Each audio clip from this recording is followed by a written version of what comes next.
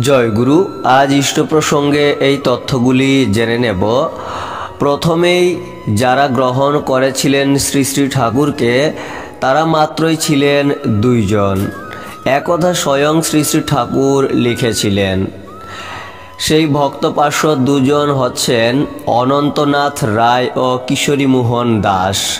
শ্রী শ্রী ঠাকুর এই দুজনকে যথাক্রমে অনন্তনাথ রায়কে মহারাজ ও কিশোরীমোহন দাসকে ডাক্তার বলে ডাকতেন।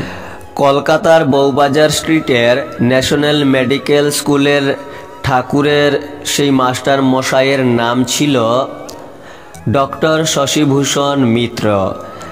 তিনি পরবর্তীকালে ঠাকুরের দীক্ষা গ্রহণ করেছিলেন। তিনি ছিলেন ঠাকুরের ঋত্বিক ও কলকাতায় ঠাকুরের ভাবধারা প্রচারে তিনি সবিশেষ ভূমিকা নিয়েছিলেন। পরমদয়াল শ্রী শ্রী ঠাকুর তাঁর জীবনে প্রথম দীক্ষা দিয়েছিলেন চৈতন্য মহাপ্রভুর অনুগামী আচার্য সতীশচন্দ্র গোস্বামীকে।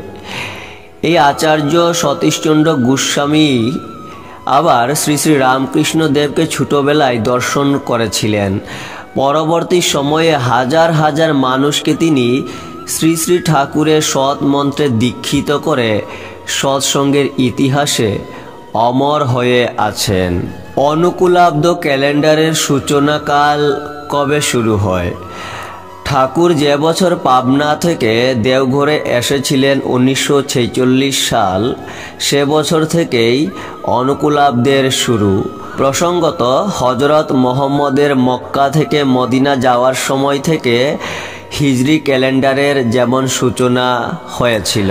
শ্রী শ্রী ঠাকুর বাণী দিয়েছেন, যত পারো সেবা করো, কিন্তু সাবধান, সেবা নিতে যেন ইচ্ছা না হয়। অনুরোধ করো, কিন্তু হুকুম করতে যেও না।